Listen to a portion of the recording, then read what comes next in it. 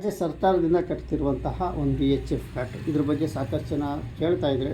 Friend, ಇದು rate ಎಷ್ಟು, ಅಂದರೆ ಒಂದು BHF ಫ್ಲ್ಯಾಟು ರೇಟ್ ಎಷ್ಟು, ಸರ್ಕಾರದಿಂದ ಏನಾದರೂ ಸಬ್ಸಿಡಿ ಸಿಗುತ್ತಾ, ಅಥವಾ ಇದು ನಾವು ತಾಳೋದು ಯಾವ ರೀತಿ, ಆನ್ಲೈನಲ್ಲಿ ಅರ್ಜಿ ಸಲ್ಲಿಸ್ಬೇಕಾ, ನೇರವಾಗಿ ಕಾಂಟ್ಯಾಕ್ಟ್ ಮಾಡಬೇಕಾ, ಅಥವಾ ಇದು ಯಾವ್ಯಾವ ಜಾಗದಲ್ಲಿ ಇದ್ದಾವೆ, ಎಲ್ಲ ನಿಮಗೆ ಸಂಪೂರ್ಣವಾಗಿ ವಿವರ ಕೊಡ್ತೀರಿ. ವಿಡಿಯೋ ಸ್ಕಿಪ್ ಮಾಡಬೇಡಿ. ಇದು ಸುಮಾರು ಒಂದು 2 ಭಾಗ 3 ಭಾಗದಲ್ಲಿ ನಿಮಗೆ ಸಂಪೂರ್ಣ ವಿವರ ಸಿಗುತ್ತೆ, ಒಂದೇ ವಿಡಿಯೋದಾಗಲ್ಲ. ಬನ್ನಿ ಹಾಗಾದರೆ ಇದ್ರ ಬಗ್ಗೆ ಒಂದು BHF ಫ್ಲ್ಯಾಟು ರೇಟ್ ಎಷ್ಟಾಗುತ್ತೆ ಮತ್ತು ಯಾವ ಥರ ಅರ್ಜಿ ಸಲ್ಲಿಸಬೇಕು ಅನ್ನೋದು ನಿಮಗೆ ಸಂಪೂರ್ಣವಾಗಿ ವಿವರ ಕೊಡ್ತೀನಿ ಅಂತ ಹೇಳ್ತಾ ವಿಡಿಯೋ ಸ್ಟಾರ್ಟ್ ಮಾಡೋಣ. ನಮಸ್ಕಾರ ಫ್ರೆಂಡ್, ನಮ್ಮ ಚಾನಲ್ ಸಬ್ಸ್ಕ್ರೈಬ್ ಆಗಿ ಹಾಗೆ ಲೈಕ್ ಮಾಡಿ ಶೇರ್ ಮಾಡಿ.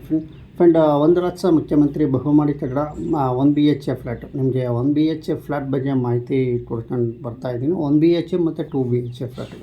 ಫ್ರೆಂಡ್, ಇಲ್ಲಿ ಸಾಕಷ್ಟು ಜನ ಇಂಟ್ರೆಸ್ಟ್ ಇರೋವಂಥವ್ರು 1 BHF ಫ್ಲ್ಯಾಟು ನಮಗೆ ಯಾವ ರೀತಿ ತಗೊಳ್ಳೋದು, ಮತ್ತು ಇದು 1 BHF ಫ್ಲ್ಯಾಟು ಎಷ್ಟು ಅಮೌಂಟ್ ಆಗುತ್ತೆ, ಮತ್ತು ಇದು ಯಾರ್ಯಾರು ಅರ್ಹತೆ ಇರುತ್ತೆ, BPL ಕಾರ್ಡ್ ಇರ್ಬೋದು, APL ಕಾರ್ಡ್ ಇರ್ಬೋದು, ಇವೆಲ್ಲ ಸಾಕಷ್ಟು ಕಮೆಂಟು ಬಂದಿರೋದ್ರಿಂದ ಈಗ 1 BHF ಫ್ಲ್ಯಾಟ್ ಬಗ್ಗೆ ನಿಮಗೆ ಸಿಂಪಲಾಗಿ ಮಾಹಿತಿ ಕೊಡ್ತೀನಿ. ಮತ್ತು ಹಂತವಾಗಿ ಬೆಂಗಳೂರಿನ ನಿವಾಸಿಗಳಿಗೆ ಮಾತ್ರ ಇದು ಅನ್ವಯಿಸುತ್ತೆ, ನೆನಪಿಡಿ. ಬೇರೆ ಕಡೆ ಇದು ಅನ್ವಯಿಸಲ್ಲ. ಏನಿದ್ರು ಬೆಂಗಳೂರಿನಲ್ಲಿ ನಿವಾಸಿಗಳಿಗೆ ಮಾತ್ರ. ಈಗ ಎಕ್ಸಾಂಪಲ್ ತುಮಕೂರಾಗಿರ್ಬೋದು, ಬಳ್ಳಾರಿ, ಚಿತ್ರದುರ್ಗ, ಚಿಕ್ಕಮಗಳೂರು, ಈ ಥರ ಹೊರ ಜಿಲ್ಲೆಗಳಿಗೆ ಇದಿಲ್ಲ. ಕೇವಲ ಬೆಂಗಳೂರಿನಲ್ಲಿ ಸುಮಾರು ಒಂದು 5 ವರ್ಷ ಮೇಲ್ಪಟ್ಟು ವಾಸವಾಗಿರೋರಿಗೆ ಮಾತ್ರ ಇದು ಅನ್ವಯಿಸುತ್ತೆ. ಅಂಥವ್ರು ಇದ್ದರೆ ನೀವು ಅರ್ಜಿ ಸಲ್ಲಿಸ್ಕೋಬೋದು. ನೀವೇನಾದ್ರು ಸೆಲೆಕ್ಟ್ ಆದರೆ ನಂತರ ಒಂದು 50,000 ರೂಪಾಯಿ ಅಮೌಂಟ್ ಕಟ್ಟಿ ಫ್ಲ್ಯಾಟ್ ಬುಕ್ ಮಾಡ್ಕೋಬೋದು ಅಂತಲೇ ತಿಳಿಸ್ತೀನಿ. ಫ್ರೆಂಡ್, ಇಲ್ಲಿ 2 ಆಪ್ಷನ್ ಇರುತ್ತೆ. ಒಂದು MLA ಕಡೆಯಿಂದ ಇರುತ್ತೆ, ಇನ್ನೊಂದು ನೇರವಾಗಿ ಆನ್ಲೈನ್ ಅರ್ಜಿ ಸಲ್ಲಿಸಬೇಕಾಗುತ್ತೆ. ಫ್ರೆಂಡ್, ನಿಮ್ಮ ಹತ್ತಿರ ಇರುವಂತಹ MLA ಹತ್ರ ಕಾಂಟ್ಯಾಕ್ಟ್ ಮಾಡಿ. ಮತ್ತು 1 ಲಕ್ಷ ವಸತಿ ಯೋಜನೆ ಅಡಿಯಲ್ಲಿ ಅಂತ ಬೆಂಗಳೂರಿಗೆ ಒಂದು ಹೆಸರಿರುತ್ತೆ. 1 ಲಕ್ಷ ಮುಖ್ಯಮಂತ್ರಿ ಬಹುಮಹಡಿ ಕಟ್ಟಡ ಅಂತ ಹೆಸರಿರುತ್ತೆ. ನೀವು ಅಲ್ಲಿ ಈ ಹೆಸರು ಹೇಳಿ, ಅಲ್ಲೇನೋ ನಿಮ್ಮ ಏರಿಯಾದಲ್ಲಿ ಖಾಲಿ ಇದ್ದರೆ, ನಿಮ್ಮ ಸರೌಂಡಿಂಗಲ್ಲಿ ಖಾಲಿ ಇದ್ದರೆ ನೀವಲ್ಲಿ ಅರ್ಜಿ ಸಲ್ಲಿಸ್ಕೊಂಡು ಫ್ಲ್ಯಾಟ್ ತೊಗೊಬೋದು. ಅಲ್ಲೇ ಸ್ಥಳೀಯರು. ಫಾರ್ ಎಕ್ಸಾಂಪಲ್ ಯಶವಂತಪುರದವರು ಅಂದರೆ ಯಶವಂತಪುರದಲ್ಲೇ ನಿಮಗೆ ಬೇಕು ಅಂತಂದರೆ ನೀವು ಯಶವಂತಪುರ ಕ್ಷೇತ್ರದಲ್ಲೇ ಆಗಿದ್ದರೆ ನೀವು ಅಲ್ಲಿ ನಿಮ್ಮ ಹತ್ತಿರ ಇರುವಂಥ MLA ಹತ್ರ ಕಾಂಟ್ಯಾಕ್ಟ್ ಮಾಡಿ. ನೇರವಾಗಿ ನಿಮಗೆ ಅಲ್ಲಿ ಖಾಲಿ ಇದ್ದರೆ ನಿಮಗೆ ಆನ್ಲೈನ್ ಅರ್ಜಿ ಸಲ್ಲಿಸಿ ನಿಮಗೆ MLA ಕೋಟೆಯಿಂದ ಕೊಡ್ತಾರೆ. ಅದರ ನಂತರ ನೀವು ಇಲ್ಲ ನಮಗೆ ಬೆಂಗಳೂರಿನಲ್ಲಿ ಯಾವ ಜಾಗ ಆದರೂ ಪರವಾಗಿಲ್ಲ, ನಮಗೆ ಒಂದು ಫ್ಲ್ಯಾಟ್ ಸಿಕ್ಕಿದ್ರೆ ಸಾಕು ಅಂತ ಅಂದರೆ ನೀವು ನೇರವಾಗಿ ಅರ್ಜಿ ಸಲ್ಲಿಸಿ. ಸಾರ್ವಜನಿಕ ಅರ್ಜಿ ಅಂತ ಇರುತ್ತೆ, ಸಾರ್ವಜನಿಕ ಮೇಲೆ ಕ್ಲಿಕ್ ಮಾಡಿ ಅರ್ಜಿ ಸಲ್ಲಿಸಿ. ಅರ್ಜಿ ಸಲ್ಲಿಸಾದ ನಂತರ ನಿಮಗೆ ನೀವೇನಾರು ಸೆಲೆಕ್ಟ್ ಆದರೆ ರಾಜೀವ್ ಗಾಂಧಿ ವಸತಿ ನೀವು ಕೊಟ್ಟಿರುವಂಥ ದಾಖಲಾತಿಗಳು, ಐಡೆಂಟಿ ಕಾರ್ಡು, BPL ಕಾರ್ಡು, ಮತ್ತು ನಿಮ್ಮ ವಾಸವಿ ದೃಢೀಕರಣ ಪತ್ರ, ರೇಷನ್ ಕಾರ್ಡು, ಇನ್ಕಮ್ ಸರ್ಟಿಫಿಕೇಟು 3 ಲಕ್ಷದ ಒಳಗಡೆ ಇರಬೇಕು, ಮತ್ತು ಇನ್ಕಮ್ ಸರ್ಟಿಫಿಕೇಟು, ಮತ್ತು ಕ್ಯಾಸ್ಟ್ ಸರ್ಟಿಫಿಕೇಟು. ನೀವೇನಾರ ಅಂಗವಿಕಲಾಗಿದ್ದರೆ ಅಂಗವಿಕಲ ಸರ್ಟಿಫಿಕೇಟು, ಇವೆಲ್ಲ ಅಲ್ಲಿ ಆಪ್ಷನ್ನು ನೀವು ಅರ್ಜಿ ಹಾಕುವಾಗ ಆಪ್ಷನ್ನು ನಿಮಗೆಲ್ಲ ತೋರಿಸ್ತಾ ಇರುತ್ತೆ. ಅದು ಫಿಲಪ್ ಮಾಡಿದ್ರೆ ನಿಮಗೆ ಸಾಕು. ಆಧಾರ್ ಕಾರ್ಡು, ಇವೆಲ್ಲ ಮೊಬೈಲ್ ನಂಬರು ನೀವೇನು ಮುಂಚೆ ಕೊಟ್ಟಿರ್ತೀರ ಮೆಸೇಜ್ ಬರೋದೇನೋ ಅದೇ ನಂಬರು ಮೇಂಟೈನ್ ಮಾಡಿ. ನಂಬರ್ ಚೇಂಜಸ್ ಆಗಿದರೆ ಮೆಸೇಜ್ ಬರೋಲ್ಲ. ಹಾಗಾಗಿ ನಿಮ್ಗೆ ಹೇಳ್ತೀನಿ, ಇಷ್ಟೆಲ್ಲ ಡಾಕ್ಯುಮೆಂಟ್ಸ್ಗಳು ನೀವು ಹೊಂಚ್ಕೊಂಡು ನೀವು ರೆಡಿ ಮಾಡಿಸ್ಕೊಂಡು ನೀವು ಅರ್ಜಿ ಸಲ್ಲಿಸ್ಕೋಬೋದು. ಅರ್ಜಿ ಸಲ್ಲಿಸಿ ನಂತರ 1 ತಿಂಗಳಾಗ್ಬೋದು, 2 ಮಂತ್ಸ್ ಆಗಿರ್ಬೋದು. ಅಷ್ಟರೊಳಗೆ ನಿಮಗೆ ಒಂದು ಮೆಸೇಜ್ ಬರುತ್ತೆ. ನೀವೇನಾದ್ರು ಸೆಲೆಕ್ಟ್ ಆಗಿದರೆ ಮೆಸೇಜ್ ಬರುತ್ತೆ. ಇಲ್ಲ ಅಂದರೆ ನಿಮ್ಮ ರಾಜೀವ್ ಗಾಂಧಿ ವಸತಿ ನಿಗಮದ ವೆಬ್ಸೈಟ್ ನೇರವಾಗಿ, ಇಲ್ಲಾಂದರೆ ರಾಜೀವ್ ಗಾಂಧಿ ವಸತಿ ನಿಮಗೆ ಭೇಟಿ ಮಾಡಿ. ಅಡ್ರೆಸ್ಸು ನಿಮಗೆ ಇಲ್ಲಿ ತೋರಿಸ್ತಾ ಇರ್ತೀನಿ. ಅಲ್ಲಿ ವಿಸಿಟ್ ಮಾಡಿ ನಿಮ್ಮ ಅಪ್ಲಿಕೇಶನ್ ನಂಬರ್ ತೋರಿಸಿ ಅಲ್ಲಿ ಏನಾಗಿದೆ, ಅರ್ಜಿ ಪರಿಸ್ಥಿತಿ ಏನಾಗಿದೆ ಅಂತ ಅವರೇ ಚೆಕ್ ಮಾಡಿ ತಿಳಿಸ್ತಾರೆ. ಫ್ರೆಂಡ್, ನಿಮಗೆ ನಿಮಗೆ ವಿಷಯ ತಿಳಿಸ್ತೀನಿ. 1 BHF ಫ್ಲ್ಯಾಟ್ ಈಗ ರೇಟು ಅಂದರೆ ಎಷ್ಟು 1 BHF ಫ್ಲ್ಯಾಟ್ ರೇಟ್ ಆಗುತ್ತೆ ಅಂತ ನೋಡಿ. ಇದು ಟೋಟಲು 13,20,000 ರೂಪಾಯಿ 1 BHF ಫ್ಲ್ಯಾಟ್ ರೇಟು. ಅದ ನಂತರ ನಿಮಗೆ ಸಬ್ಸಿಡಿ ಇಲ್ಲಿ ಸರ್ಕಾರದವ್ರು ಕೊಡ್ತಾರೆ. ಜನರಲ್ ಕ್ಯಾಟಗರಿಗೆ 2,70,000 ರೂಪಾಯಿ ಜನರಲ್ ಕ್ಯಾಟಗರಿ ಇರುತ್ತೆ.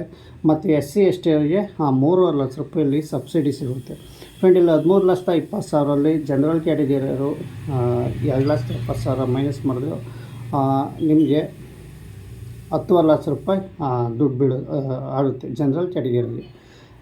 10 ಲಕ್ಷ ರೂಪಾಯಿ ನೀವು ಜನರಲ್ ಕ್ಯಾಟಗರಿ ಕಟ್ಟಬೇಕು. ಅದೇ SC ST ಅವ್ರಿಗೆ 3.5 ಲಕ್ಷ ರೂಪಾಯಿ ಮೈನಸ್ ಆದರೆ ಈಗ 13,20,000ದಲ್ಲಿ 3,500 ಲಕ್ಷ ಮೈನಸ್ ಆದರೆ ನಿಮಗೆ 9,70,000 ನಿಮಗೆ ಈ ಫ್ಲ್ಯಾಟಿಗೆ ಬೀಳುತ್ತೆ. ಅಂದರೆ SC ST ಅವರಿಗೆ 9,70,000, ಜನರಲ್ ಕ್ಯಾಟಗಿರಿಗೆ 10.5 ಲಕ್ಷ ರೂಪಾಯಿ ಸಬ್ಸಿಡಿ ಹೊರತುಪಡಿಸಿ. ಫ್ರೆಂಡ್, ನೀವು ಅಮೌಂಟು ಕ್ಯಾಶ್ ಆದರೂ ಕಟ್ಕೊಬೋದು. ನೀವೇನೋ ಸೆಲೆಕ್ಟ್ ಆದರೆ ನಿಮ್ಮ ಫ್ಲ್ಯಾಟ್ ಏನಾರ ನಿಮಗೆ ಸಿಕ್ಕಿ ಸೆಲೆಕ್ಟ್ ಆದರೆ ನೀವು ನಿಮ್ಮ ಹತ್ರ ಸೇವಿಂಗ್ ಅಮೌಂಟ್ ಇದ್ದರೂ ಸೇವಿಂಗ್ ಅಮೌಂಟ್ ಕಟ್ಕೊಬೋದು. ಇಲ್ಲ ನೀವು ಬ್ಯಾಂಕ್ ಲೋನ್ ಮಾಡಿಸ್ಕೊಡ್ತೀನಿ, ಬ್ಯಾಂಕ್ ಲೋನ್ ಆದರೂ ಇಲ್ಲಿ ಮಾಡಿಸ್ಕೊಡುತ್ತೆ. ಮೊದಲು ನೀವು ಫ್ಲ್ಯಾಟ್ ಬುಕ್ ಮಾಡ್ಕೊಳ್ಳೋಕ್ಕೆ ನೀವು ಮಿನಿಮಮ್ 50,000 ರೂಪಾಯಿ ಡೆಪಾಸಿಟ್, ಅಂದರೆ ನೇರವಾಗಿ ಒಂದು IDF ಬ್ಯಾಂಕ್ ಇರುತ್ತೆ, ನಂಬರ್ ಕೊಡ್ತಾರೆ. ನೀವು ಸೆಲೆಕ್ಟ್ ಆದರೆ ಅಲ್ಲೋಗಿ ನೀವು ಕಟ್ಟಿ ಅದ ನಂತರ ಫ್ಲ್ಯಾಟ್ ಬುಕ್ ಮಾಡ್ಕೋಬೋದು.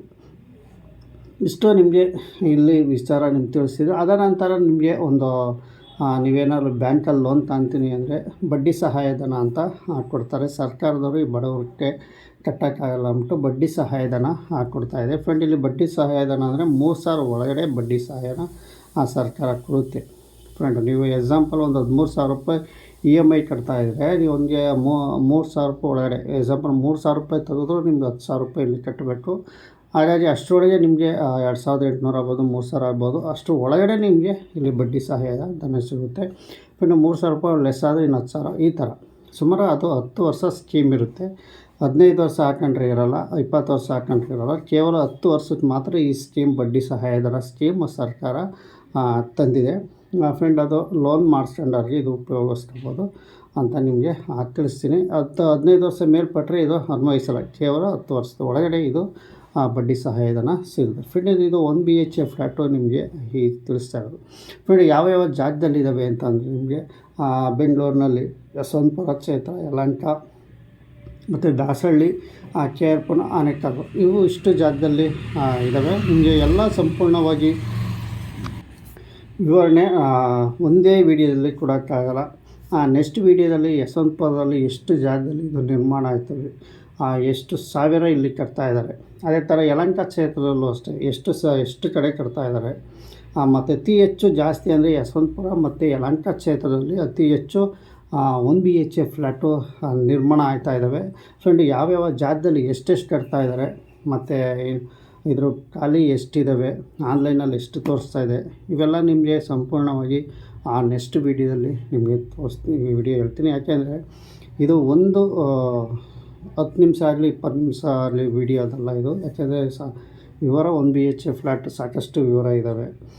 ಈಗ ಒಂದು ಎಕ್ಸಾಂಪಲ್ ಯಲಹಂಕ ಕ್ಷೇತ್ರದಲ್ಲಿ ತಗೊಂಡ್ರೆ ಪ್ರತಿಯೊಂದು ಊರುಗಳು, ಮುದ್ದೇನಪಳ್ಳಿ ಆಗಿರ್ಬೋದು, ಚಿನ್ನಕುರ್ಚಿ ಆಗಿರ್ಬೋದು, ಮತ್ತು ದೇವಗೆರೆ ಆಗಿರ್ಬೋದು, ಈ ಸರೌಂಡಿಂಗಲ್ಲಿ ಸಾಕಷ್ಟು ಭೀಮಕುಪ್ಪೆ ಆಗಿರ್ಬೋದು, ಇವೆಲ್ಲ ಬರ್ತಾ ಇರ್ತವೆ. ಹಾಗಾಗಿ ಪ್ರತಿಯೊಂದು ಕ್ಷೇತ್ರದಲ್ಲಿ ನಾವು ಹೆಸರು ಹೇಳಬೇಕಾಗುತ್ತೆ. ಯಲಹಂಕದಲ್ಲೂ ಎಷ್ಟು ಕ್ಷೇತ್ರದಲ್ಲಿದ್ದಾವೆ, ಎಷ್ಟು ಮನೆ ಇದ್ದಾವೆ, ಫಿನಿಶಿಂಗ್ ಆಗಿರೋವು ಎಷ್ಟಿದ್ದಾವೆ, ಮತ್ತು ಈಗ ಸದ್ಯದಲ್ಲಿ ಈಗ ಕೆಲಸ ನಡೆದಿಲ್ಲದೆ ಸುಮಾರು ಸ್ಟಾಪ್ಗಳಾಗಿದ್ದಾವೆ, ಅವು ಎಷ್ಟಿದ್ದಾವೆ ಎಲ್ಲ ನಿಮಗೆ ಸಂಪೂರ್ಣವಾಗಿ ವಿವರ ಕೊಡ್ತೀನಿ. ಬಟ್ ಹೇಳ್ಕೊಟ್ಟು ನೆಕ್ಸ್ಟ್ ವೀಡಿಯೋದಲ್ಲಿ ಮತ್ತು ನಿಮಗೆ ಯಾವ ರೀತಿ ಎಲ್ಲ ಪ್ರೊಸೆಸ್ ಅಮೌಂಟು ಎಲ್ಲ ನಿಮಗೆ ವಿಷಯ ತಿಳಿಸಿದೆ. ನೆಕ್ಸ್ಟ್ ವೀಡಿಯೋದಲ್ಲಿ ನಿಮಗೆ ಯಲಹಂಕ ಕ್ಷೇತ್ರದಲ್ಲಿ ಎಷ್ಟು ಜಾಗದಲ್ಲಿ ಇದು ನಿರ್ಮಾಣ ಆಗ್ತಾಯಿದ್ದಾವೆ, ಯಾವ ಕ್ಷೇತ್ರದಲ್ಲಿ ನಿರ್ಮಾಣ ಆಗ್ತಾಯಿದ್ದಾವೆ, ಮತ್ತು ಇನ್ನೂ ಕೆಲವು ಕಡೆ ರನ್ನಿಂಗ್ ಇದ್ದಾವೆ, ಇನ್ನೊಂದು ಕೆಲವು ಕಡೆ ಸ್ಟಾಪ್ ಆಗಿದ್ದಾವೆ, ಅದರ ಕತೆ ಮುಂದೆ ಏನು ಎಲ್ಲ ಸಂಪೂರ್ಣವಾಗಿ ನಿಮಗೆ ಕೊಡ್ತೀನಿ ನೆಕ್ಸ್ಟ್ ವೀಡಿಯೋದಲ್ಲಿ. ಬನ್ನಿ ಹಾಗಾದರೆ ನೋಡೋಣ ನೆಕ್ಸ್ಟ್ ವೀಡಿಯೋ.